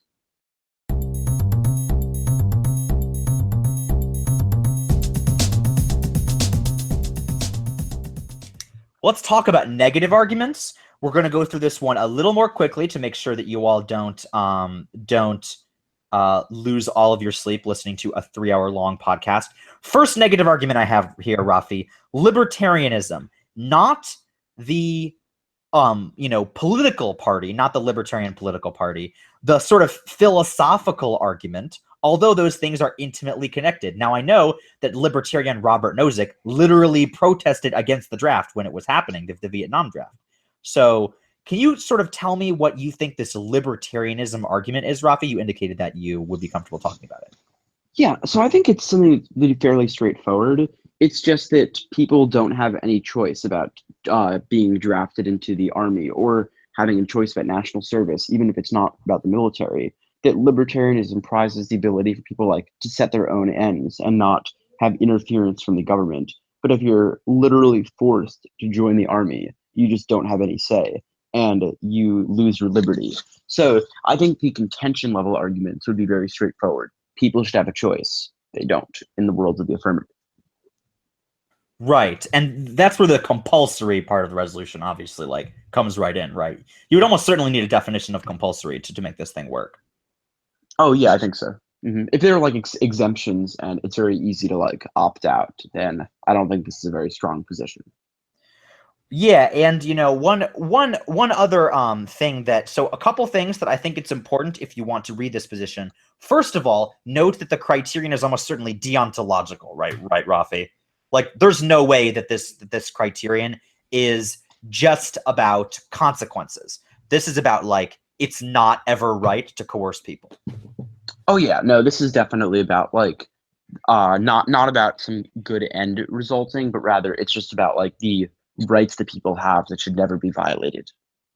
Okay, another choice, and of course we can go into these objections here as objections, but I think it's really important if you want to run the libertarianism NC on this topic that you have an argument why this thing, conscription, is worse than something like taxes that you just have to do naturally. And I know it's much worse than taxes. In fact, libertarians use forced servitude and conscription as the example of the bad thing. So if you're if you're reading an article, the author already assumes conscription is bad. They're just let's talk about this other thing. I would argue it's even as bad as conscription. It's that is the example that they use. The affirmative is the hyperbole that libertarians that actually is accurate. The affirmative is the hyperbole that all of the articles are about. So important to say why the draft is a specifically a worse form. Don't just read a definition of compulsory and say peace. And by say peace, I mean attack the affirmative case. But yeah, so make sure to do that. I know that there are a lot of contemporary libertarian people, like I already mentioned Robert Nozick that writes about this, and certain disciples of Kant are also obviously in these vein, and both of those are, of course, very similar people. Let's talk about, first of all, before we get into the objections, Lawrence, how common do you think that this argument will be? I'm willing to say, of the sort of local normal debates that we will watch, I'm willing to say 70% of neg cases will be this. I'm willing to say even higher than that because 70% was the amount of neg cases I judged at camp. Wow, did I literally hit it right on the head for you?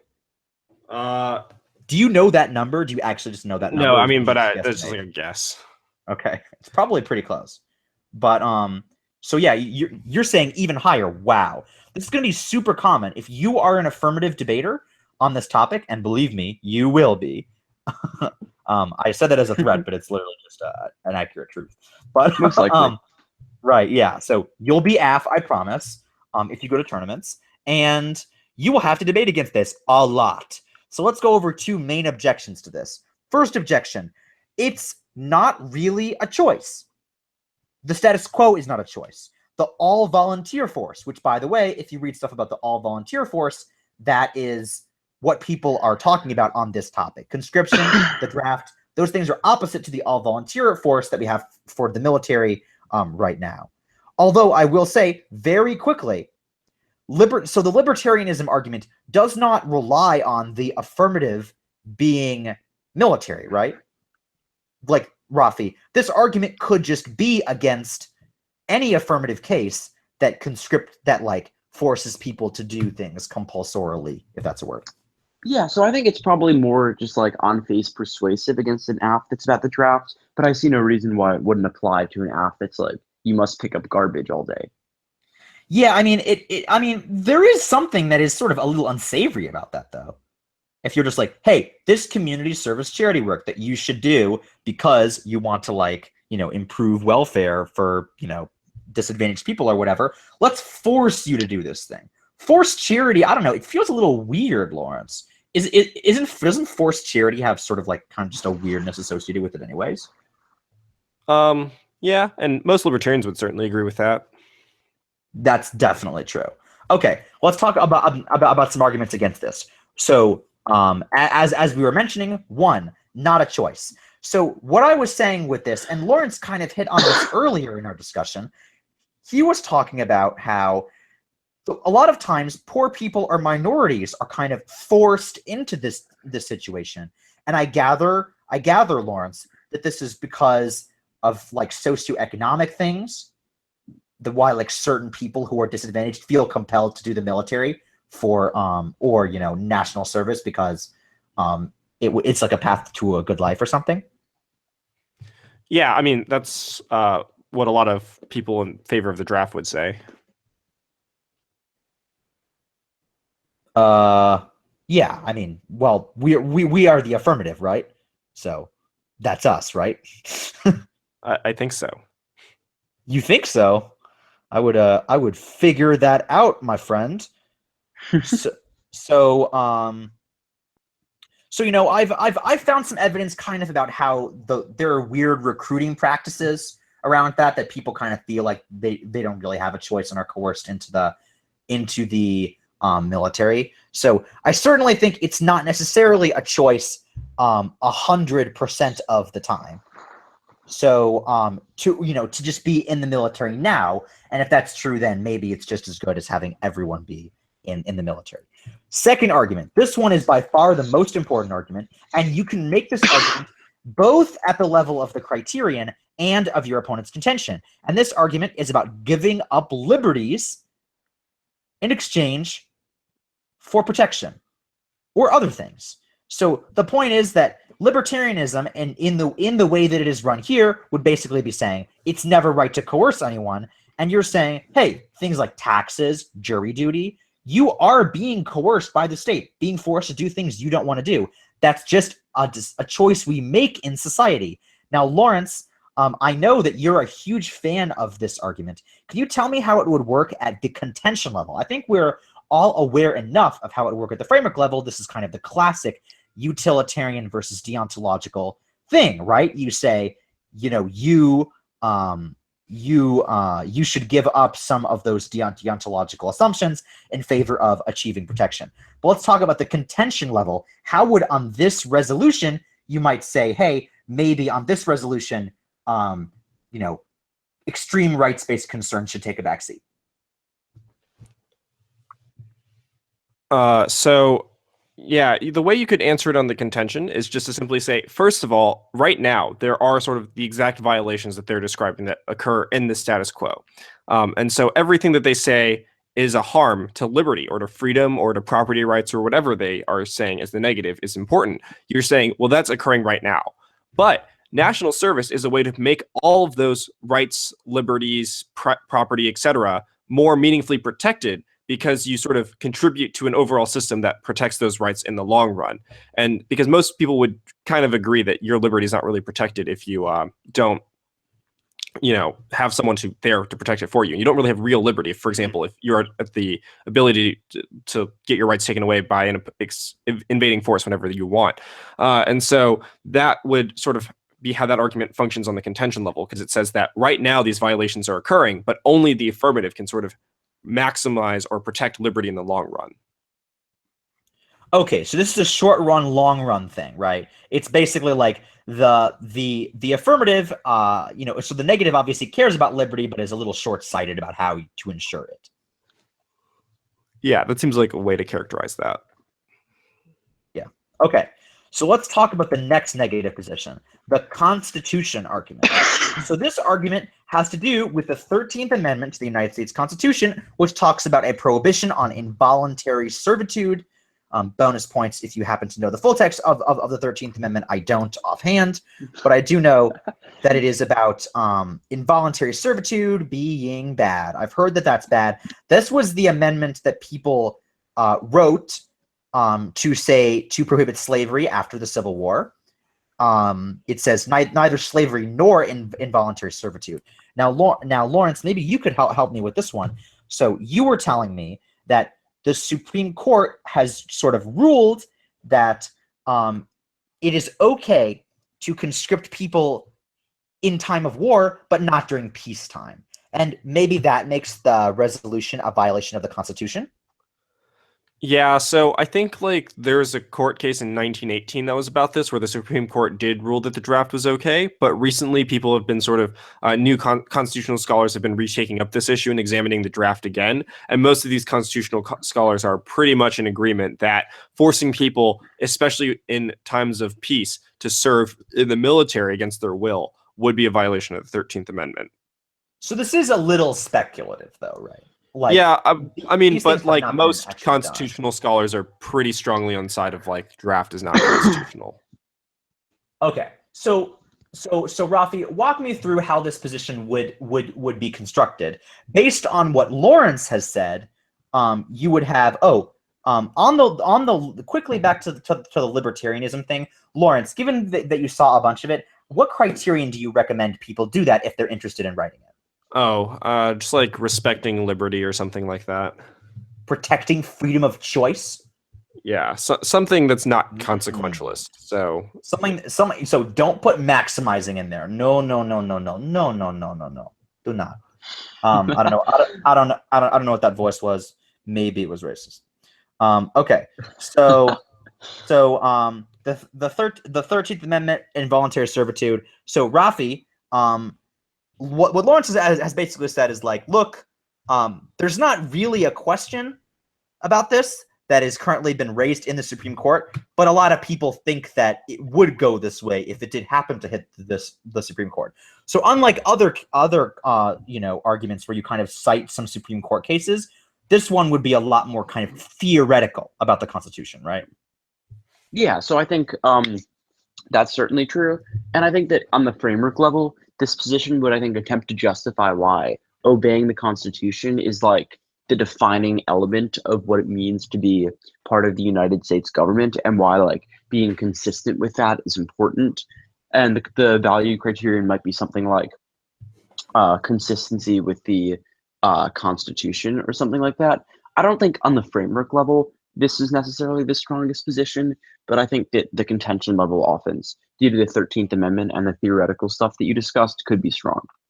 So what? So funny. I actually have the exact opposite reason why I like this argument. I think that in front of a lot of judges, convincing them that the Constitution is unimportant is just impossible. I just know that if you're trying to persuade a layperson, for example, having the Constitution in your pocket, both figuratively and literally, if you're frisky, can really help you out here, right? I mean, there is a real sense obviously we shouldn't follow the Constitution all the time. However, winning that the Constitution is good seems pretty easy. My problem with this argument is actually at its contention, which I think is a little too theoretical for my tastes. I like there to be Supreme Court rulings that back me up on things, since those are literally what is constitutional. But yeah, so it's very interesting. Okay, So let's talk about some objections to the Constitution position. By the way, I do think that the Constitution position is definitely good and readable, although a lot of stuff is a little iffy, and you may have to read some complicated, law review related articles on this issue. So, first argument against this position, Lawrence, I have this written as "who cares" with no punctuation mark, which means I probably wrote it. So who cares is the first objection. Would you walk us through the detail of who cares? Yeah, so this is mostly just a response to the idea of the Constitution being sort of a moral standard that we hold ourselves to. As we were sort of just mentioning, there's like good reason to not obey the Constitution in every instance, especially since it was written a couple hundred years ago and it could use a few updates as we go along and discover that more groups of people have rights than we previously thought. And even from without sort of taking that into account, there's good reason to suspect that following the Constitution isn't sort of our highest moral imperative, and that the only reason we care about following the Constitution is because it appeals to some other metric for goodness and badness. So maybe we think that following the Constitution is good because, as a general rule, if we followed the law, it would sort of be good for maximizing utility in the long run, or because it's consistent with the social contract. But all of these things sort of appeal back to some other basis that I think the affirmative can win. So the Constitution itself is not a moral theory, right, Raffi? It's just kind of like a place where we put our feelings about morality a couple hundred years ago. Yeah, no, I agree. I don't think it's I think it honestly it appeals to some type of moral theory, but in itself is not an internally justified moral theory. The reason we'd care about the Constitution is that either it leads to some good end, in which case consequentialism, or it's the best way to allow us to respect rights, which appeals to a deontological idea. Excellent. So agree with that. Good point. Although I will say you will be facing an uphill battle sometimes in front of some judges who really like the Constitution. So you may have to do, if you're debating against this case, a little extra work on that point. Let's talk about this. The second argument. I think that we don't really need to discuss for very long. We kind of already have. It's just my objection, which is that the Supreme Court hasn't actually said anything to make us think that these contention arguments are true. Even though there might be some basis for it in constitutional law, if you spell it all out, I think ultimately the Supreme Court is the one that determines the Constitution and what is constitutional and not. And they are the interpreters of the Constitution officially. And if they've said that the draft is okay, the draft is okay. So that's my argument, and I don't feel like we need to waste any more time on that. Let's talk. I think that's a true argument. Let's talk about the last argument, which is that the draft is expensive. On compulsory, and even not the draft, compulsory national service is expensive. So first of all, you have to pay these people, right, Raffi? So they're not working for free. Yeah, not working for free. So that I think is the difference between slavery and involuntary servitude, right? Slavery is you don't get paid to be a slave; you just get enslaved. Is that right? Yeah. So it's you're getting paid something. Otherwise, it would be literal slavery. Yeah. Okay. So they have to pay you wages. What other things do they have to pay for, Lawrence? Well, if you're in the military, they got to pay for your training, got to pay for your equipment, got to pay for, I would assume, into a fund in case you died to pay for your family, for instance. Ooh, just a bunch of things you got to pay for. And this takes money that could be going to do other good things, right? Yeah, I mean, or even if not that, it just spends a lot more government money than we might perhaps be comfortable with. And so part of the implicit thing is that we pay a bunch of money and that maybe raises the debt and that's bad. Right? Yeah. Something like that. We borrow more money from China maybe? Or we print more? Perhaps. I mean, a bunch of different reasons for why spending is really bad, especially spending at this rate would be really bad. How much money are we talking here, Raffi? Obviously everything costs something. Don't necessarily give me a dollar amount, or maybe you can if you happen to have one, but just what scale of money are we talking about? Thousands, hundreds of thousands, millions, billions, trillions? How much? I would say somewhere between billion and trillion. Somewhere between billion and trillion. Jeez. Okay, so that's a lot of zeros, 9, right, Lawrence? 9 is 1 billion. I have no idea, but I'll just assume so. Six is a million, or sorry, a million is 6 zeros, and then the other ones are, well, that's 9 trillion is 12 zeros. Okay, so lots of zeros of money, and I don't know about you both, but I like after like a certain number, like after the certain amount, like probably like I don't know, like maybe like 120 or so, like my mind just like phases out. Like I cannot imagine a trillion anything. I can't imagine a million anything. Can you imagine like a billion of a thing? Any of you? I guess I can imagine a billion grains of sand because they're really small. But like each individual grain of sand, because like I think that's like kind of like a trick because we're thinking of like the mass of sand, right? But can you imagine I like don't. a billion individual grains of sand? Oh no, I don't think the human brain can comprehend numbers that large on an individualized scale. I think I read that somewhere. That like it kind of stops in like the 100,000s or something. If Oh, that. so I was just like, 102. So I guess I'm just dumb. Okay, so yeah, everything costs a lot of money. Let's talk about some objections to this argument. So the first objection is that it saves money in the long term, and I have here because that would so aka the draft saves money in the long term because or national service. Not necessarily has to be military because of course. National service is also expensive, even if it's not as expensive maybe as the military, because you still have to pay people and clothe them and house them, etc. So, but the idea is that those sorts of things, national service can save money in the long term, because what are they doing? They're training for jobs that they can go and improve the gross domestic product for the workforce. If they're in AmeriCorps, they might be, repairing roads. And roads and things like infrastructure and houses, those things just generate money just by existing for years and years and years and years and years. Or they might even be like doing things that cost money. Now, Lawrence, you have some numbers on this, I think. So what are some numbers associated with this? A lot of people think that, national service saves money in the long term. Do you have any idea how much money it saves?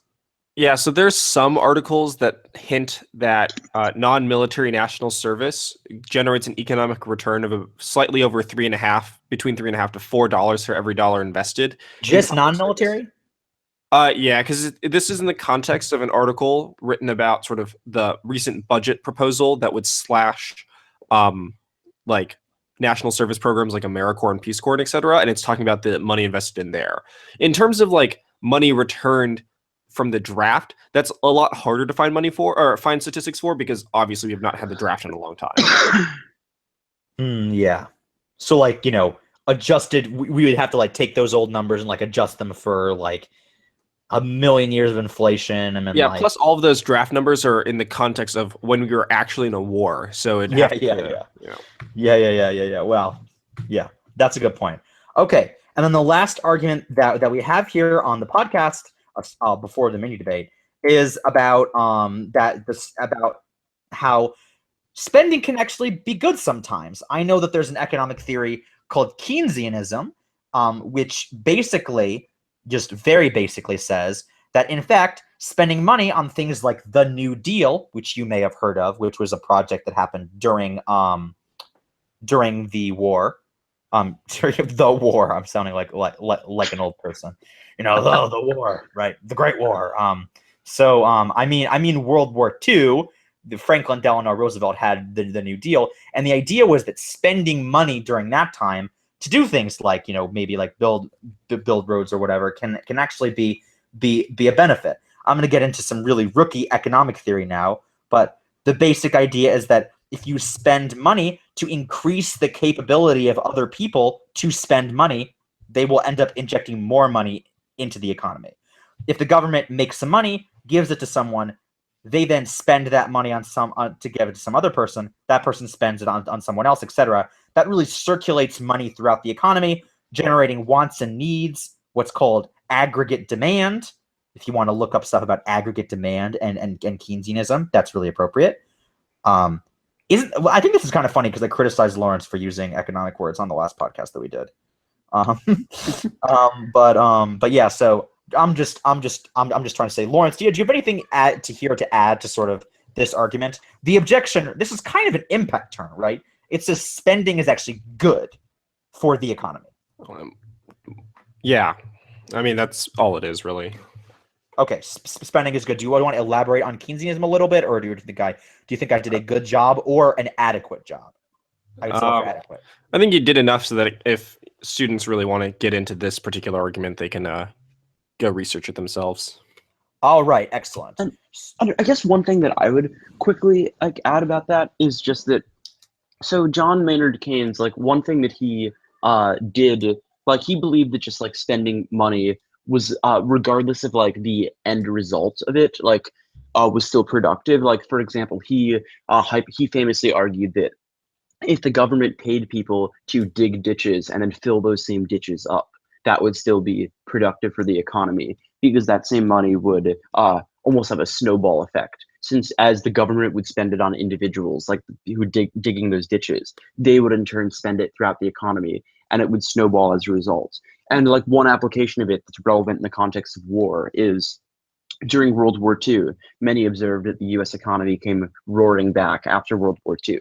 And many believed that it was the huge amount of spending that was required to finance that war that led to economic growth following the war, which is like a very topic-specific application of like Keynesian theory that you could make.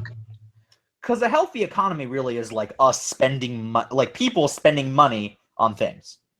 Like an unhealthy economy, if you really think about it, is no one spends money on anything. Yeah, that's bad, right? Yeah, and just like puts it in there in the bank and just leaves it there. Right, and then the economy would literally collapse if that happened. Okay, so those are the negative arguments, and when we get back, we'll have our conclusion. We'll thank Raffi for his time, and then we'll have a mini debate.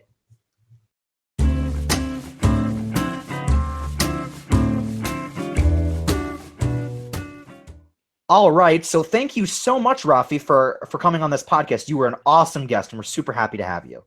Oh, thank you. It was a pleasure to be here. You added so much great insight. The third person from the Harrison tribe. Soon we'll get everyone from the Harrison school, and then we'll be complete. Okay, so thanks everyone for listening up to this point. Feel free to look at our sponsor, Victory Briefs. Their excellent website, their excellent videos that Lawrence talked about last podcast. They have a whole bunch of new videos up from camp with awesome lectures. So in case that you missed that or went to a different session, you can totally check those out. So I think I already mentioned this. Feel free to leave an iTunes review for us. Check out our Facebook page, and follow our SoundCloud thing so that when a new episode comes out, you'll be good to go. Okay, now the only important segment of our podcast, the mini debate. So Lawrence, I actually thought of a topic this time that was decent, and I don't know how you all feel about it. So, portrait paintings or landscape paintings? So that's the topic. I made it up just now, and I'm going to go first, and I will let you go first, Lawrence, and then Raffi can sort of come in and be either the dissenting vote or the deciding vote. Okay, so I personally like landscape paintings more than I like portraits. I as in paintings of landscapes. I don't know, maybe I'm weird. I don't like there to be as people cluttering up my nature in the the paintings that I like. So I like the Hudson River School and like paintings like that, which are just like the majesty of nature or whatever, and like maybe they like throw in like a fairy or something. But like there aren't like dudes being like, whoa, look at this nature. It's just like a bunch of nature, and not just like close-ups of like people's heads and things. Okay, so that's what I'm doing. So one vote for landscape paintings versus portrait paintings. Lawrence, where are you at? I'm probably personally in favor of landscape paintings, but since I'll defend the opposite, I think portrait paintings are pretty interesting. I mean, it seems like art, is given value by those who sort of observe it, and I think the main thing that art needs to do is not just sort of replicate what nature's given us, but instead sort of offer a unique commentary on the way that artists view the world, which explains different art movements like Impressionism, et cetera, et cetera. And so I think it makes. What about like the sense. Dark, depths of the roiling, seas or whatever? I mean, that can sort of be commentary, right? Well, A, you haven't let me finish my argument, and B, that's true. I think that the sort of the insights into human nature that portraits can reflect, because of the way that they sort of take sort of what we can all agree to be like a human face and then add their own unique textures and commentary to that. Makes a lot more sense than sort of like commentaries about nature, because like I guess you could take a good painting of a sea, for instance, but I'm not sure if that sort of gives us anything sort of artistic in the sense of like a shared experience and like a shared commentary and like a unique commentary on anything. Like it's just like, oh, a sea, but you could go see that anywhere, and there's not too much you can do sort of artistically with that, See that because you would everywhere. all just sort of agree collectively this is an image of a sea, but it's less likely to be able to give unique insights onto like the way that the artist views the world and the unique commentary on the way that the world works. Whereas I think a portrait is much better able to do that, and that's why, you know, you're going to see the most famous paintings in the world are of people. Right. So like no one is like, this painting of a sea in a random coffee shop is that good, but people are really going to take notice. I don't really think so. I think most people, you know, take notice of the famous paintings like the Mona Lisa or like, you know, the Last Supper, like all of which are people, right? And like commentary on people. And so I think only really portraits get to that part. Okay. I mean, I disagree. All right, Raffi, your turn. You can settle this. Portrait versus landscape. I strongly agree with Martin. Landscape. Got him. I think, honestly, you can see people anywhere. People are not as cool, to look at as looking at landscapes, like things like the sea. Like you can see people anywhere. I think it's decisive for landscape. Ooh, I don't know. Smoked. Sad. It's a 2-1 decision for Lake Harrison, RS. Bartlesville GG is done, I guess. Okay. Okay, well, if you strongly disagree, if you have any particular opinions on paintings and stuff, feel free to go to the Argument Clinic podcast at gmail.com. Send us an email. Thanks everyone for listening, and everyone. So Raffi, this is the thing that we do at the end of all of our podcasts. You wanna give us a stay frosty? Just say stay frosty. Stay frosty. Nice.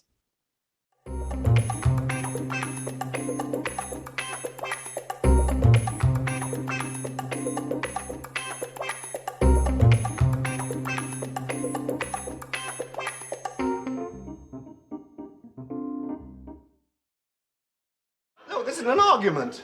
Yes, it is. No, it isn't. It's just contradiction. No, it isn't. Yes, it is. It is not.